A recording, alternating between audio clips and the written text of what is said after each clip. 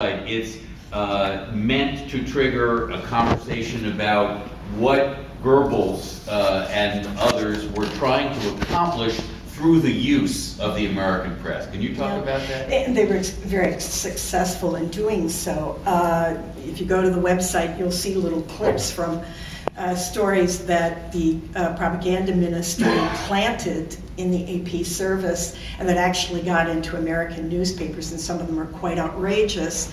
And then Do you want to mention some of them? Oh, well, there's one that grasshoppers were being used, I think it was, as being dropped on Britain as part of the war effort or something like this.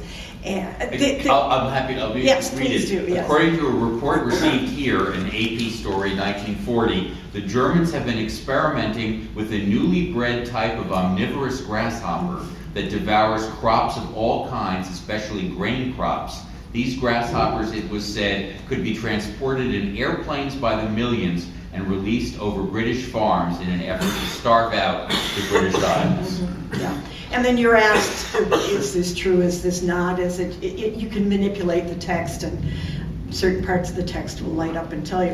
In 1940, the government began to realize the extent to which propaganda was being successfully planted, and began to work with newspapers to more carefully vet the stories that they were getting.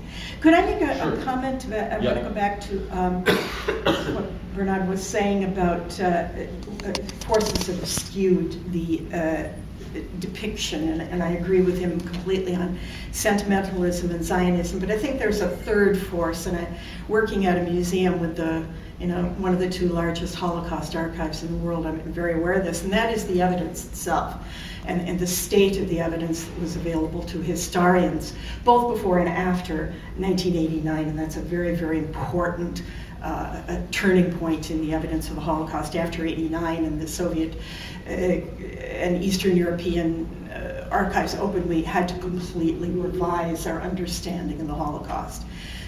Extraordinary what's been found there. The ITS archive alone doubled when we received it, finally doubled the size of our archive, and the contents are extraordinary and still largely unexplored. But there are two major sources, really, that were sets of sources that were used by historians.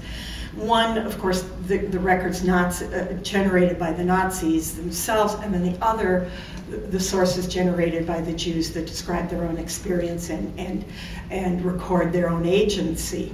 And of course, there were the letters, the diaries, so forth and so forth. I'm not talking about those specifically, I'm talking about the communal records, which survive for the most part in fragment for most communities. They were either willfully destroyed or destroyed as a consequence of war.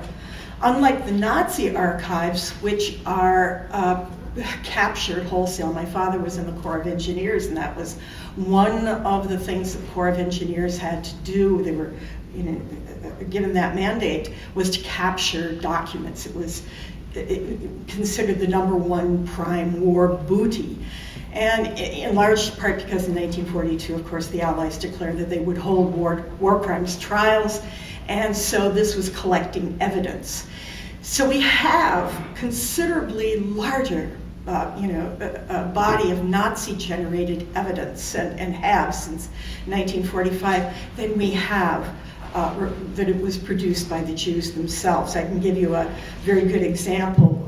For instance, the records of the Reichsvertretung, Reichsvereinigung, which was the overarching umbrella or Jewish organization in Germany headed by Leo Baeck.